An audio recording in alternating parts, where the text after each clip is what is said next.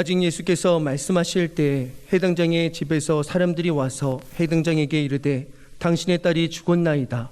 어찌하여 선생을 더 괴롭게 하나이까? 예수께서 그 하는 말을 곁에서 들으시고 해당장에게 이르시되 두려워하지 말고 믿기만 하라 하시니 베드로와 야고보와 야고보의 형제 요한 외에 아무도 따라옴을 허락하지 아니하시고 해당장의 집에 함께 가사 떠드는 것과 사람들이 울며 심히 통곡함을 보시고 들어가서 그들에게 이르시되 너희가 어찌하여 떠들며 우느냐? 이 아이가 죽는 것이 아니라 잔다 하시니 그들이 비웃더라. 예수께서 그들을 다 내보내신 후에 아이의 부모와 또 자기와 함께 한 자들을 데리시고 아이 있는 곳에 들어가사 그 아이의 손을 잡고 이르시되 달리다굼 하시니 번역하면 곧 내가 내게 말하노니 소녀야 일어나라 하심이라. 소녀가 곧 일어나서 걸으니 나이가 12살이라. 사람들이 곧 크게 놀라고늘 예수께서 이 일을 아무도 알지 못하게 하라고 그들을 많이 경계하시고 이에 소녀에게 먹을 것을 주라 하시니라. 아멘. 오늘 우리가 성령 집회로 금요일마다 이렇게 모여서 우리가 하나님 말씀 의지하여 기도하고 성령의 강한 역사를 우리 매화교회 성도들이 늘 경험하게 되길 원합니다. 성령님께서는 우리와 늘 동행하십니다.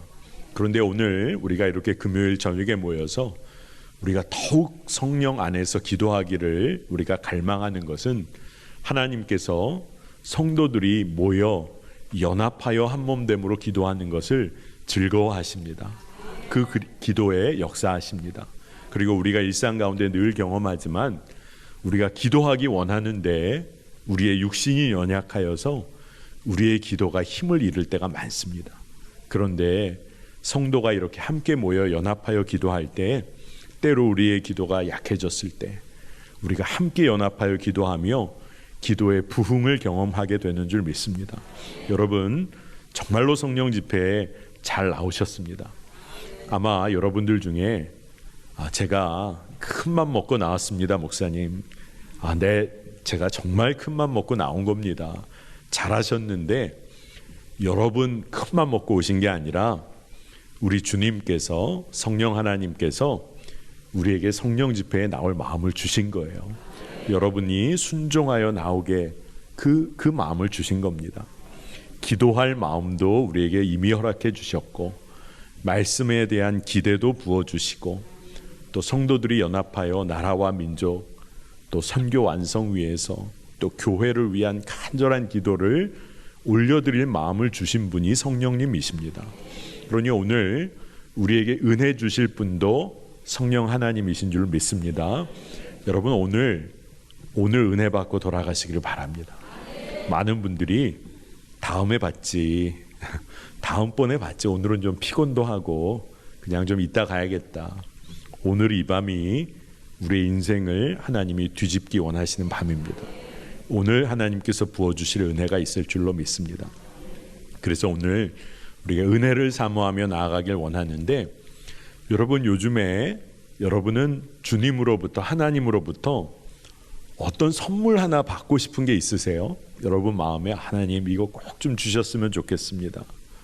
재정의 문제가 될 수도 있고 관계의 회복이 될 수도 있고 아니면 질병의 문제로부터 노인받는 것도 있을 수 있고 아니면 여러분 마음에 남에게는 말하지 못하겠지만 주님이 이것을 저에게 선물로 이거 꼭 허락해 주시면 좋겠습니다. 아마 그런 간절한 마음이 있으신 분 계실지 모르겠어요. 그런데 오늘 우리가 정말 물어봐야 할 질문은 여러분은 그렇게 그것 간절히 원하는데 주님의 마음으로 한번 주님 앞에서 질문을 해봐야 하는 것은 주님께서도 여러분에게 그것을 그렇게 주시기 원하시는 걸까 한번 생각해 봐야 하는 겁니다. 나는 간절히 원하는 게 있는데 근데 주님께서는 그거는 아닌데 내가 너에게 주기를 원하는 간절히 너에게 부어주기 원하는 따로 더 좋은 것이 있는데 주님의 마음이 그러실 수 있는 거죠. 그래서 저는 오늘 우리 성도님들 오늘 금요성령 집회에 이렇게 나오셨는데 주님께서 여러분에게 부어주기 원하시는 바로 그것을 여러분들이 구하는 밤 되시기를 축복합니다. 엉뚱한 것 구하며 힘 다 쓰고 돌아가시는 거 아니라 주님께서 여러분에게 주시기 원하는 게 있으세요. 여러분이 기도하는 가운데 하나님의 마음과 여러분의 간구가 하나가 되는 역사가 있기를 축복합니다. 그러면 진짜 복을 얻는 것이죠. 오늘 우리가 이렇게 함께 기도하니까 힘을 얻습니다. 성령께서 새 힘을 부어주시는 것을 느낍니다. 그런데 우리가 일상 가운데 살아가면서 두려움이 엄습해 올 때가 있어요. 뭐라고 설명할 수 없지만 정말로 두려움과 근심이 어느 순간 엄습할 때가 있습니다. 그리고 도무지 끝이 보이지 않는 어둠의 터널을 걸어가고 있는 것과 같은 그런 마음의 상황에 빠질 때가 있어요.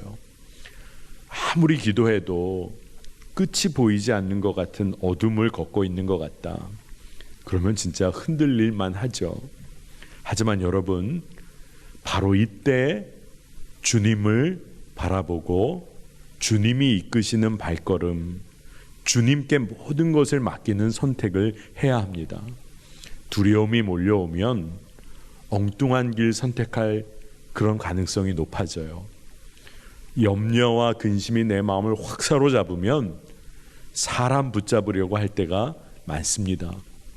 그런데 그때 우리의 생각과 우리의 발걸음을 주님께 완전히 맡기는 선택을 해야 합니다. 왜냐하면 모든 것을 주관하시는 분이 예수님 한 분이시다. 우리가 입술로는 고백하는데 삶의 결정적인 순간에 엉뚱한 것 선택한다면 그것은 진짜 어리석은 거죠. 그래서 오늘 우리가 읽은 본문 말씀을 중심으로 정말 하나님의 마음을 놓치지 않기를 원합니다. 말씀을 묵상하면 묵상할수록 두려움과 염려와 근심은 다 뒤로 하고 우리가 정말 해야 할 일은 주님만 믿는 것이다. 주님만 의지하는 것이다.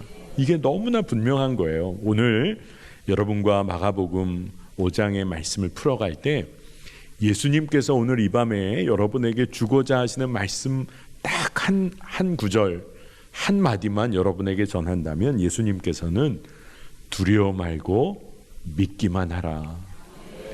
두려워하지 말고 나를 바라봐라. 예수를 바라보라. 이 말씀을 주실 거예요. 여러분, 이 말씀은 너무나 중요하다는 것을 우리가 압니다. 근데 우리의 진짜 실제적인 삶에서는 이 말씀을 붙잡기가 너무나 어렵다는 것을 경험할 때가 많아요. 두려움이 확 몰려들면 두려워 말고 믿기만 해야 되는데 두려움에 확 넘어질 때가 많습니다. 여러분, 왜 우리가 두려워하고 절망하는 삶에 그냥 빠져들게 될까요? 왜 그렇게 우리는 쉽게 두려워하고 절망하는 걸까요? 가장 큰 이유가 있다면 우리가 진짜 언제 두려워하는가 살펴보면 내가 손댈 수 없는 상황을 만나면 그런 것 같아요. 어떻게든 내 생각이나 내 주변에 이렇게 펼쳐져 있는 건 뭘 사용해서라도 내가 이 문제를 어떻게라도 조금이라도 해결할 수 있는 가능성이 나한테 있다면 그렇게 두려워하지 않고 넘어갈 때가 있습니다. 그런데 내가 어떻게 해도 이 일을 해결할 수가 없고 내가 어떻게 해봐도 이 일은 바꿀 수가 없고 이건 도대체 어떻게 해야 하는 건지 도무지 알 수가 없고 그러면 우리가 너무나 두려운 거죠. 내 통제 밖으로 상황이 펼쳐지기 시작하면 두려움이 몰려옵니다.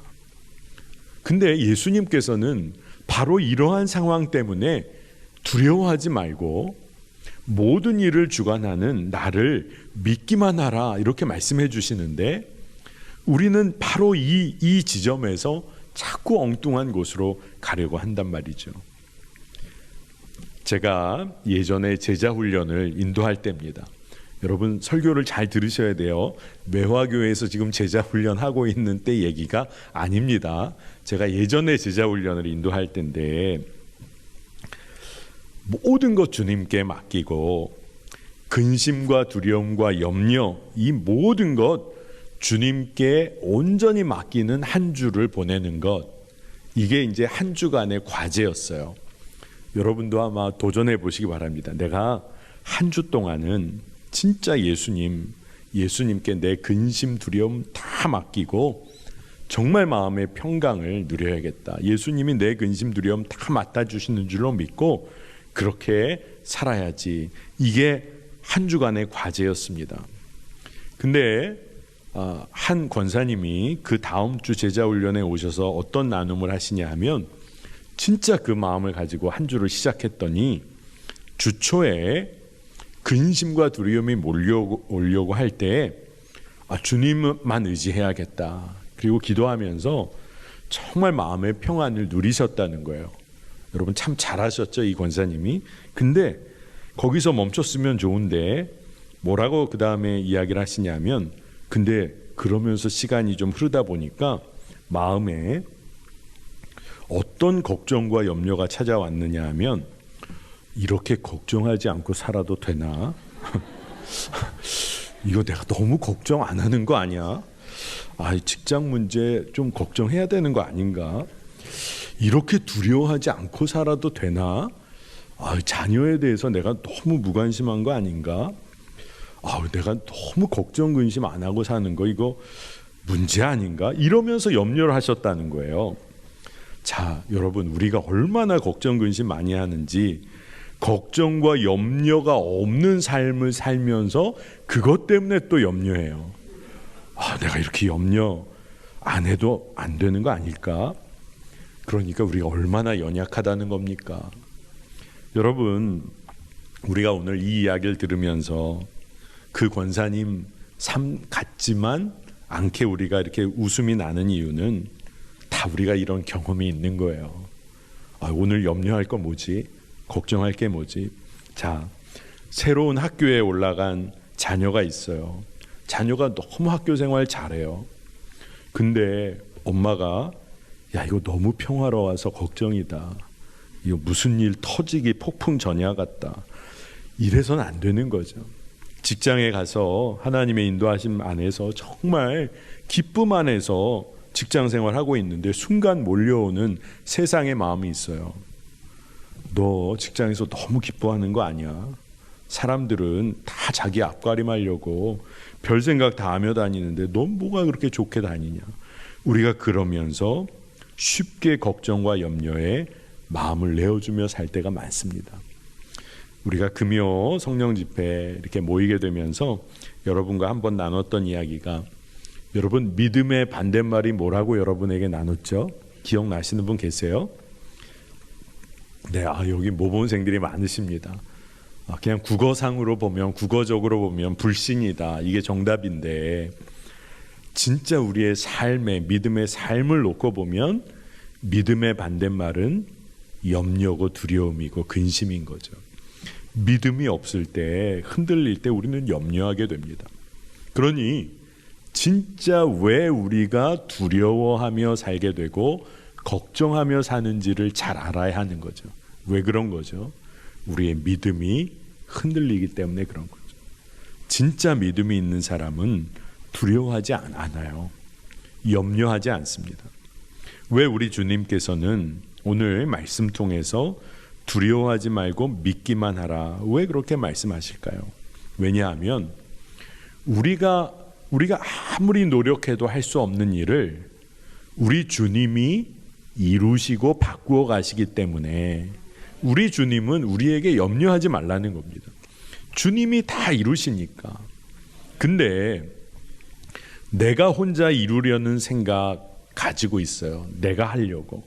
그러면 두려워져요. 그런데 내가 혼자 이루려는 생각 버리고, 그리고 나서 내 주위를 믿음의 눈을 들어보면 다 주님께서 이끄시는 일밖에 없습니다.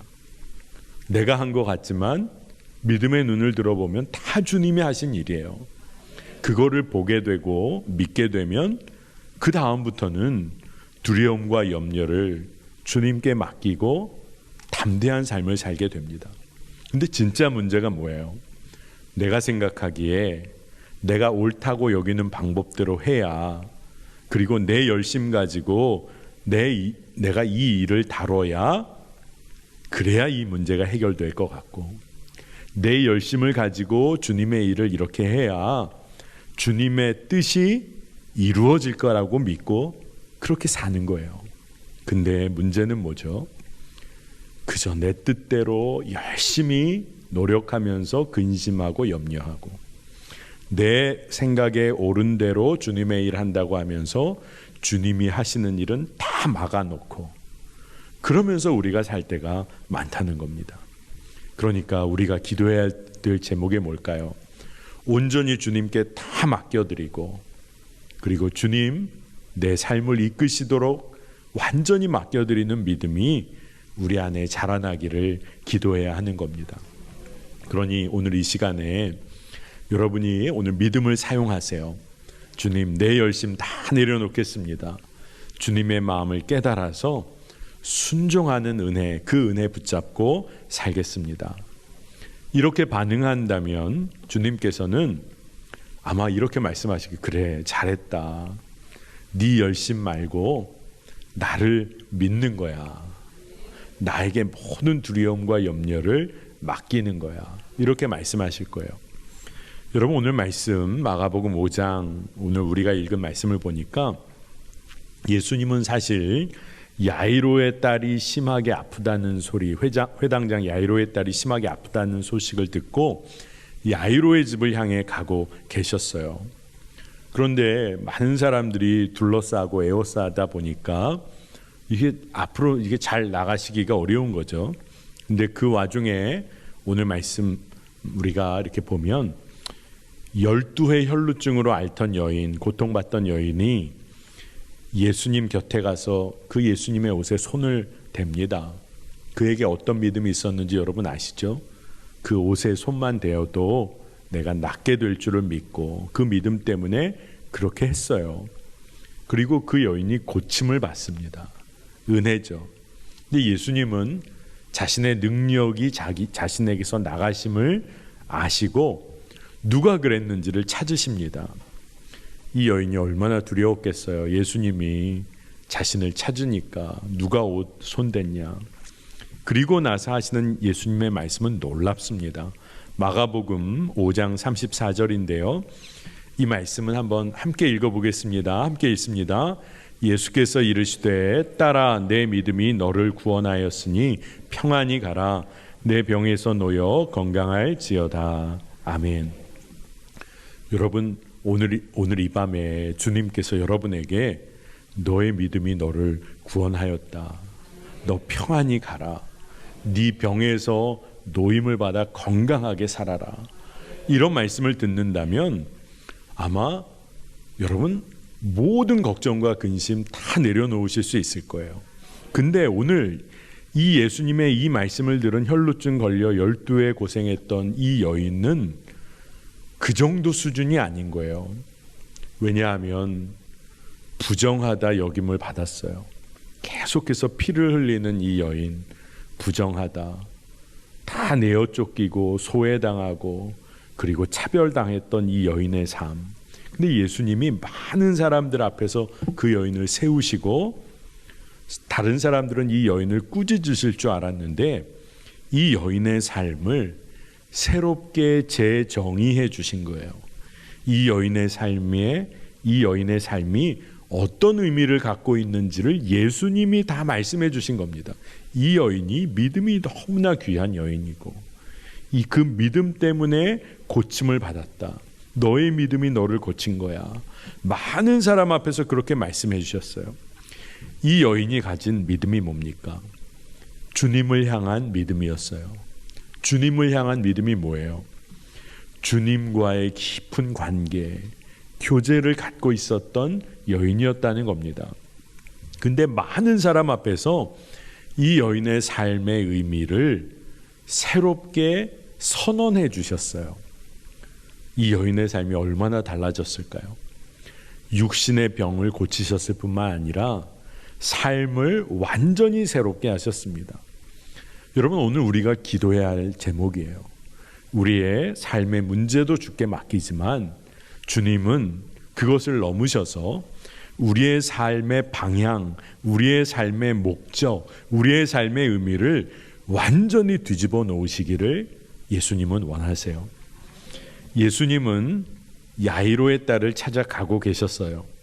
근데 원래대로라면 한 여인이 끼어들어와서 예수님 가시는 길을 지체하도록 막은 일입니다.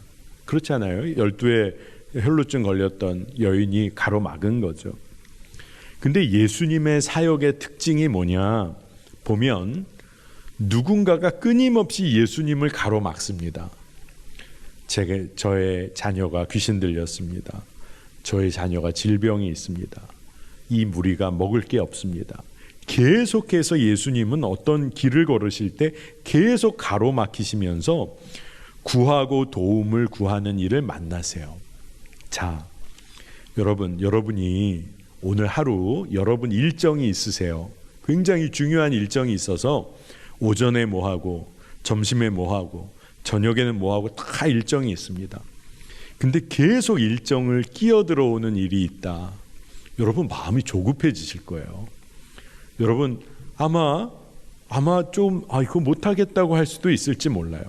근데 예수님은 길을 가시다가 누군가 도움을 구하고 또 병에 대하여 귀신 들림에 대하여 계속하여 간구할 때마다 예수님은 다 응답을 하세요.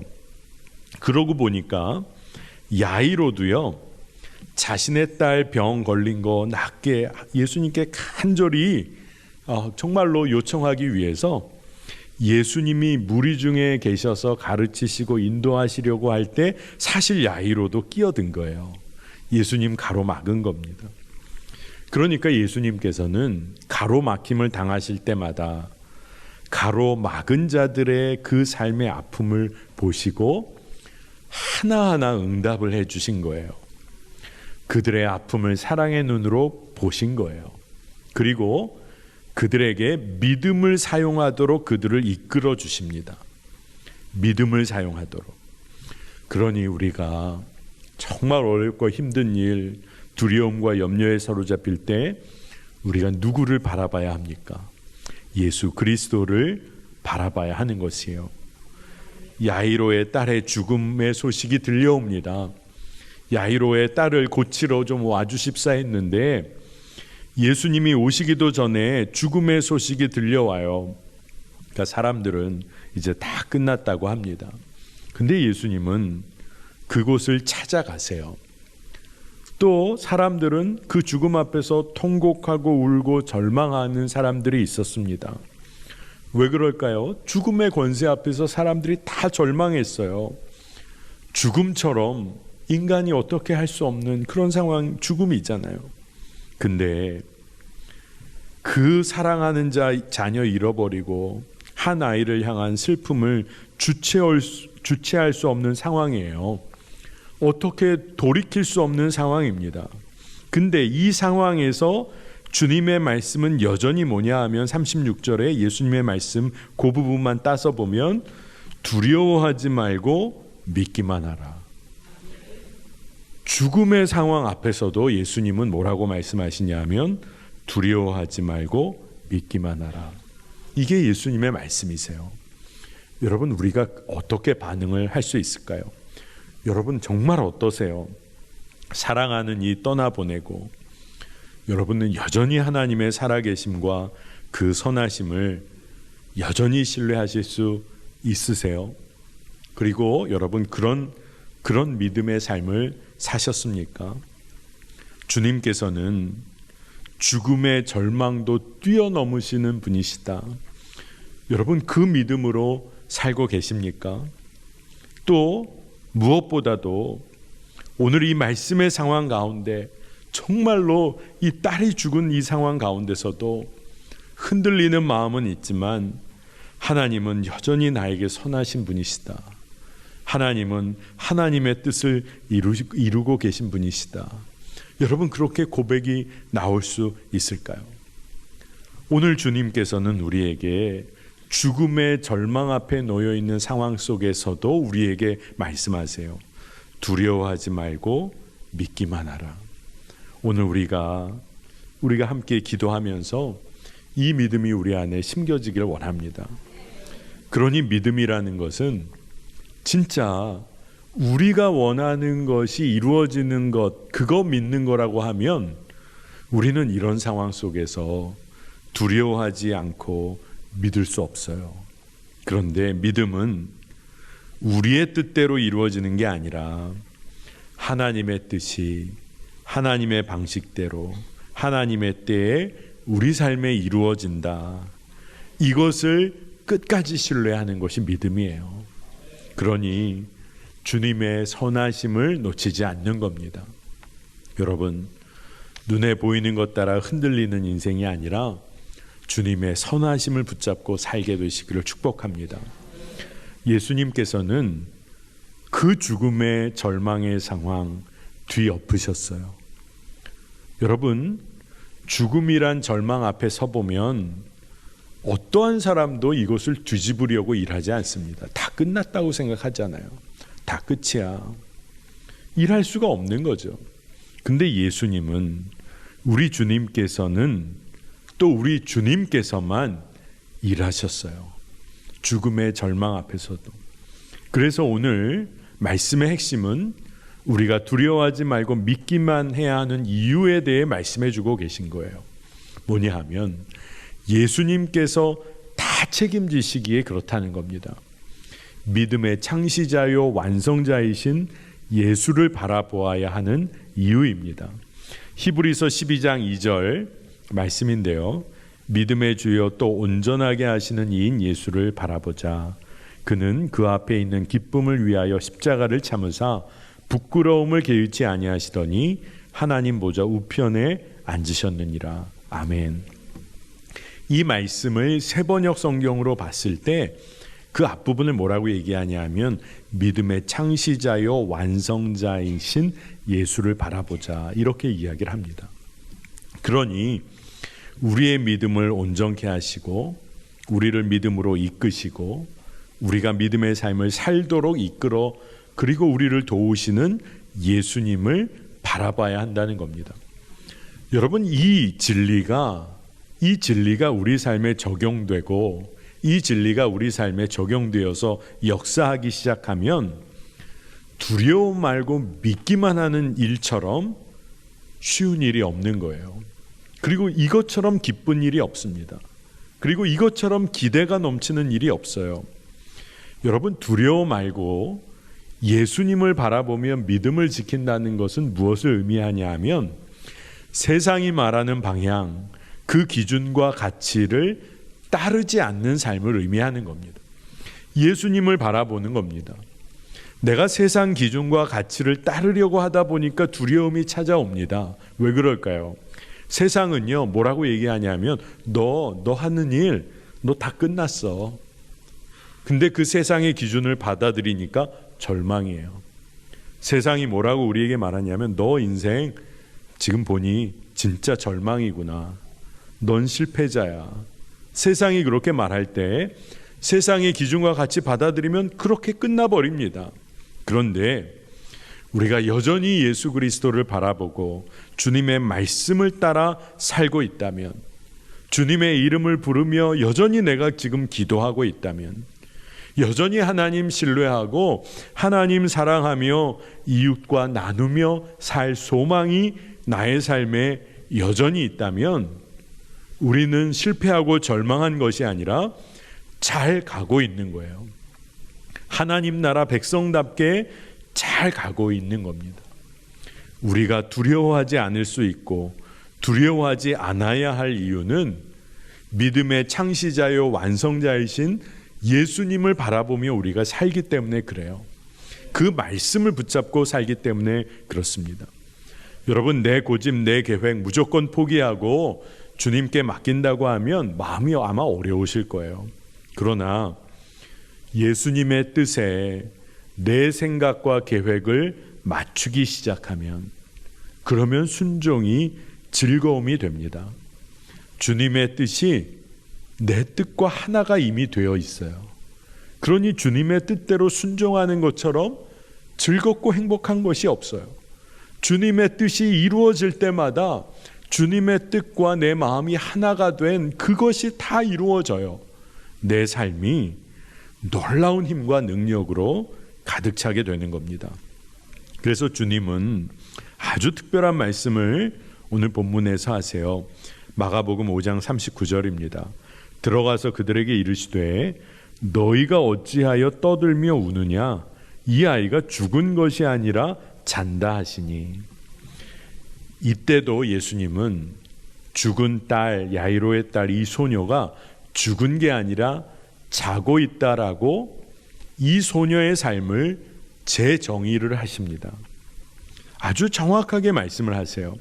사실 이 말씀은 예수님이 친히 십자가에서 죽으시고 부활하실 것에 관한 예증과도 같은 말씀을 하시는 것이기도 하시지만, 모든 그리스도인들에게 죽음이 끝이 아니라 하나님 나라 영원한 삶으로 인도함을 받는 통로라는 것을 정말로 선포하시는 말씀이기도 해요. 그렇기 때문에 잔다라고 이야기를 하신 거예요. 그래서 사도 바울도 죽어 있는 자들에 대하여 부활의 소망을 가지고 죽은 자들을 잔다라고 이야기하기도 했지 않습니까? 자, 여러분, 예수님께서 야이로의 딸이 죽은 게 아니라 잔다라고 말씀하셨어요. 그 이야기는 정말로 모든 사람들이 절망하고 있는 이 순간에 예수님은 죽음의 권세도 이기신 주님 그 주님 앞에서 이 아이의 삶은 새롭게 재정의될 수 있다라고 분명히 선포를 하시는 겁니다. 여러분, 우리의 삶도요, 우리 스스로 그렇게 이야기할 때가 있어요. 이제 난 안 돼. 내가 이 나이면 뭐 나는 뭘 다시 할 수 있겠어. 난 어쩔 수 없어. 나는 자녀 농사 이제 다 잘못 지었나 봐. 스스로 내 인생을 그렇게 그냥 그런 방향으로 완전히 바꿀 수 없는 것처럼 이야기합니다. 심지어 난 불행해, 난 우울해, 내 삶은 안 바뀌어. 예수님 믿는다고 하면서도 끊임없이 세상의 소리에 동조하며 살 때가 있는 거예요. 그러니 얼마나 우리가 묶여 사는 겁니까? 그런데 여러분, 예수님께서 어떤 말씀을 우리에게 떠오르게 하세요? 주 예수 그리스도 안에서 우리가 모두가 새로운 피조물이라. 이전 것은 지나갔으니 보라 새 것이 되었도다. 우리의 삶을 완전히 새롭게 하시는 분은 예수님이시다. 우리의 삶은 예수님 안에서 완전히 뒤바뀌어지는 겁니다. 심지어 죽어 있는 자도 다시 살아나는 역사가 있는 거예요. 우리는 그러니 불행한 자가 아니라 주님의 존귀한 자녀입니다. 늘 무너지는 죄인이 아니라 하나님께서 의롭게 여겨주시고 우리를 심지어 왕 같은 제사장으로 우리를 사용하기 원하세요. 우리를 전도자요 사명자로 우리를 쓰십니다. 그러니 우리가 믿음으로 이 은혜를 누려야 하는 거예요. 여러분, 예수님께서 누워있는 이 아이 소녀에게 너 살아나라 이렇게 말씀하시지 않으시고 뭐라고 말씀하셨죠? 달리다금 일어나라, 일어나 걸으라 이렇게 말씀을 하세요. 주님께는 이미 죽음에서 살아나는 것은 문제가 아니었어요. 예수님의 초점은 어디에 놓여 있냐 하면 이제 살아난 이 소녀가 이제 믿음 가지고 적극적으로 살아가는 것에 관심이 있으셨어요. 그러니 무엇을 위해 살아갈지에 관하여 예수님은 관심하세요. 자, 오늘 이 밤에 여러분, 예수님께서는 여러분의 삶을 회복시키시는 것은 물론이고 어디에 관심을 갖고 계실까요? 여러분이 무엇을 위하여 살아갈지에 예수님은 너무나 관심이 많으세요. 여러분이 죽음과 같은 절망에서 회복되는 것은 그거는 물론이고 그거는 주 안에서 그건 너무나 당연한 결과이고, 여러분이 예수 그리스도 바라보며 예수님과 동행하며 하나님의 뜻을 위해 사는 일에 관심을 가지고 계세요. 여러분 그걸 오늘 믿음으로 꼭 붙잡으시길 바랍니다. 아이가 일어났어요. 아이가 일어났습니다. 걸었어요. 모든 문제가 해결되었습니까? 아마 죽은 아이가 살아나는 일에 관심을 가진 자에게는 모든 문제가 해결된 거예요. 그러나 주님의 관점에서는 이미 여러분에게 말씀드린 것처럼 믿음 가지고 이 땅에서 온전한 삶을 주님과 함께 사는 거, 이게 진짜 중요한 일이라는 것을 이제 이 아이에게 알게 하고 싶으신 거예요. 함께 하고 있는 주변의 사람들에게 말씀하고 싶으신 거예요. 두려워하지 않고 이제 두려워 말고 믿기만 하는 삶을, 믿음의 길을 걸어야 한다고 말씀해 주시는 겁니다. 여러분, 우리가 큰 은혜의 시간을 여러분 보낸 경험들 다 있으실 거예요. 큰 은혜의 시간 보내고 또 섬김과 봉사, 또 선교의 헌신까지도 잘 마치고 나서 어이없이 무너지는 경험 해보신 적 있으십니까? 예배 드리고 은혜 누리고 돌아가는 주차장에서 싸우기도 해요. 그렇게 큰 은혜 누리고 돌아가는 길에 누군가 판단하고 정죄하는 말이 입 밖으로 튀어나오니 이게 뭡니까? 여러분, 우리가 정말 은혜 누렸다고 하면서도 넘어질 때가 많아요. 여러분, 죽음에서 살림을 받은 은혜를 받은 자라면 결코 이제는 세상 바라보지 않고 구원 허락하신 주님만 바라보며 살아야 할 텐데, 우리가 그 큰 은혜 누리고 나서 세상과 보타며 사는 자가 우리입니다. 그러니 우리가 진짜 기도해야 할 것은 우리가 매 순간 일상 가운데 지속적으로 주의 손에 붙들려 살기를 기도해야 돼요. 그리고 늘 예수님 바라보며 삶의 주인, 내 삶의 주인은 오로지 예수님 한 분이십니다. 그리고 믿음의 창시자요 완성자이신 예수님을 바라보며 살아야 하는 것입니다. 오늘 주님은 소녀를 일으켜 세우시고, 그리고 마가복음 5장 43절에 어떤 말씀을 덧붙이시냐 하면 소녀에게 먹을 것을 주라. 이 말씀이 저는 참 은혜가 되더라고요. 왜냐하면 소녀를 향한 주의 마음이 너무나 분명해요. 여러분, 부모님들이 여러분에게 공부하라고 이야기한 거 말고 그것보다 더 많이 말한 이야기가 뭘까요? 밥 먹어라. 밥 먹었냐? 밥 먹고 다니냐? 밥심이다. 왜 이렇게 밥 얘기를 많이 하시는지. 근데 여러분, 밥 먹어라 이 이야기만 들으시면 여러분 누구 떠오르세요? 아마 어머니 떠오르실 거예요. 부모님 떠오르실 거예요. 근데 예수님이 뭐라고 그러세요? 소녀에게 먹을 것을 줘라. 우리 한국판으로 하면 얘에게 밥 좀 먹여라. 얘 밥 먹어야 된다. 주님의 사랑과 자상하심이 있으세요. 이제 산자에게 먹을 것이 필요하다는 거예요. 근데 왜 먹이는 겁니까? 부모님이 왜 밥 먹으라고 하는 거예요? 너 밥 먹고 공부도 열심히 하고, 밥 먹고 너 사람 구실도 하고, 너 밥 먹고 나가서 허튼 일 하지 말고 사람들 섬기기도 하고 책임 있는 사람으로 너 잘 커라. 예수님이 왜 소녀에게 먹을 것을 주라고 하셨을까요? 하나님 나라 위에 이제 달려가야 돼.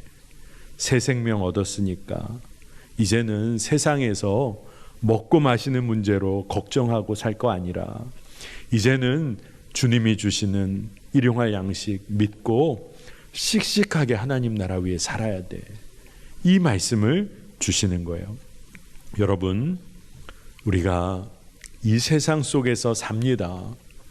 근데 이 세상에서 살지만 하나님의 자녀로, 믿음의 백성으로 살아요. 그러면서 우리가 어떤 때 이런 기도할 때가 많습니다. 주님, 이 어려운 문제 주님 다 해결해 주세요. 주님이 이 상황 다 바꿔주세요. 그냥 문제 해결에만 집중하며 믿음 생활할 때가 너무나 많은 거예요. 근데 주님의 마음은 우리의 삶의 문제도 당연히 해결해 주고 싶으시죠. 그런데 진짜 중요한 문제를 다루시고 싶으신 거예요. 우리 삶에 살아계신 주님으로 함께 동행하시며 역사하시길 원하세요.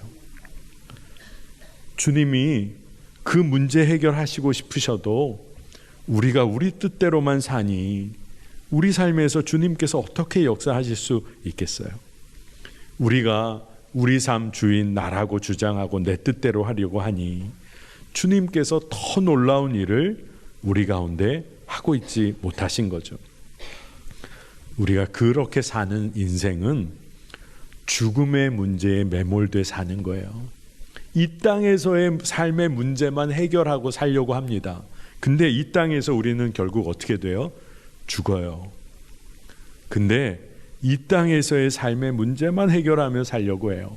근데 이 땅에서의 문제도 해결해야 하겠지만, 이 땅에서도 주님 허락하신 삶 건강하게 살아야겠지만, 이 땅에서 하나님 나라 위에 사는 인생 돼야 할 줄로 믿습니다. 우리가 그렇게 살 때 우리가 두려워하지 않고 예수님 바라보고 믿음의 삶 살게 되는 줄로 믿습니다. 그런데 두려워 말고 믿기만 하라는 이 말씀을 오해해서는 안 돼요. 두려워 말고 예수를 바라보라는 말씀을 오해하면 안 됩니다. 이 말씀이 너희가 아무것도 안 하고 믿기만 하면 된다, 이런 말씀 아닌 거죠. 그거 아닙니다. 마가복음 11장 24절에서 25절 보니까 그러므로 내가 너희에게 말하노니 무엇이든지 기도하고 구하는 것은 받은 줄로 믿으라. 그리하면 너희에게 그대로 되리라. 서서 기도할 때에 아무에게나 혐의가 있거든 용서하라. 그리하여야 하늘에 계신 너희 아버지도 너희 허물을 사하여 주시리라 하셨더라. 아멘. 이 말씀을 곰곰이 묵상하고 또 묵상해 보면 우리가 믿음으로 간구하는 것을 하나님께서는 허락하시기를 원하세요. 그런데 한 가지 우리가 꼭 믿음으로 간구하고 믿기만 할 때 꼭 해야 하는 일은 뭐냐 하면, 우리가 사랑의 하나님, 구원의 하나님, 용서의 하나님을 우리가 믿는다면 우리는 우리의 삶에서 하나님의 사랑과 은혜를 나누고 용서하는 삶을 살아야 하는 거죠. 그 삶을 산다는 것 자체가 우리가 그 하나님을 믿는다는 삶의 고백이 되는 거예요. 그러니까 두려워 말고 믿기만 하라. 그러면 그 믿음을 갖고 사는 사람은 어떻게 살까요? 돈 문제 주께 완전히 맡겼어요. 나누며 살 수가 있는 거예요. 질병의 문제 주님께 맡겼어요. 열심히 치료도 받고 기도도 열심히 합니다. 그러면 하나님께 완전히 맡겼으니 더 이상 두려운 게 아니라 회복시키시는 주님을 신뢰하고 담대하게 사는 거예요. 여러분, 우리가 두려워 말고 믿기만 하며 두려워하지 않고 예수만 바라보는 삶에 능력이 있습니다. 주의 뜻에 순종하며 사는 기쁨이 분명히 그 삶에 있는 것을 보게 됩니다. 여러분, 오늘 우리가 성령 집회에서 하나님 주시는 마음 우리가 받았어요. 두려워하지 말고 믿기만 하라. 두려워하지 말고 예수를 바라보라. 나를 바라보라. 오늘 이 말씀이 우리의 일상의 삶 가운데 그대로 실제가 되기를 우리가 오늘 믿음으로 꼭 취하게 되기를 축복합니다. 자, 여러분, 오늘 우리가 함께 찬양하고 그리고 진짜 기도하는 시간, 합심하여 기도하는 시간을 갖겠습니다. 우리 이제부터 성령 집회마다 하나님께서 우리의 기도의 문을 하나하나 열어 가실 거예요. 오늘 우리가 찬양하고 기도할 때 우리의 막힌 기도의 문이 열려지고 또 기도로 역사하시는 하나님을 분명히 경험하게 되고 그리고 회복의 역사를 우리가 누리게 될 줄을 믿습니다.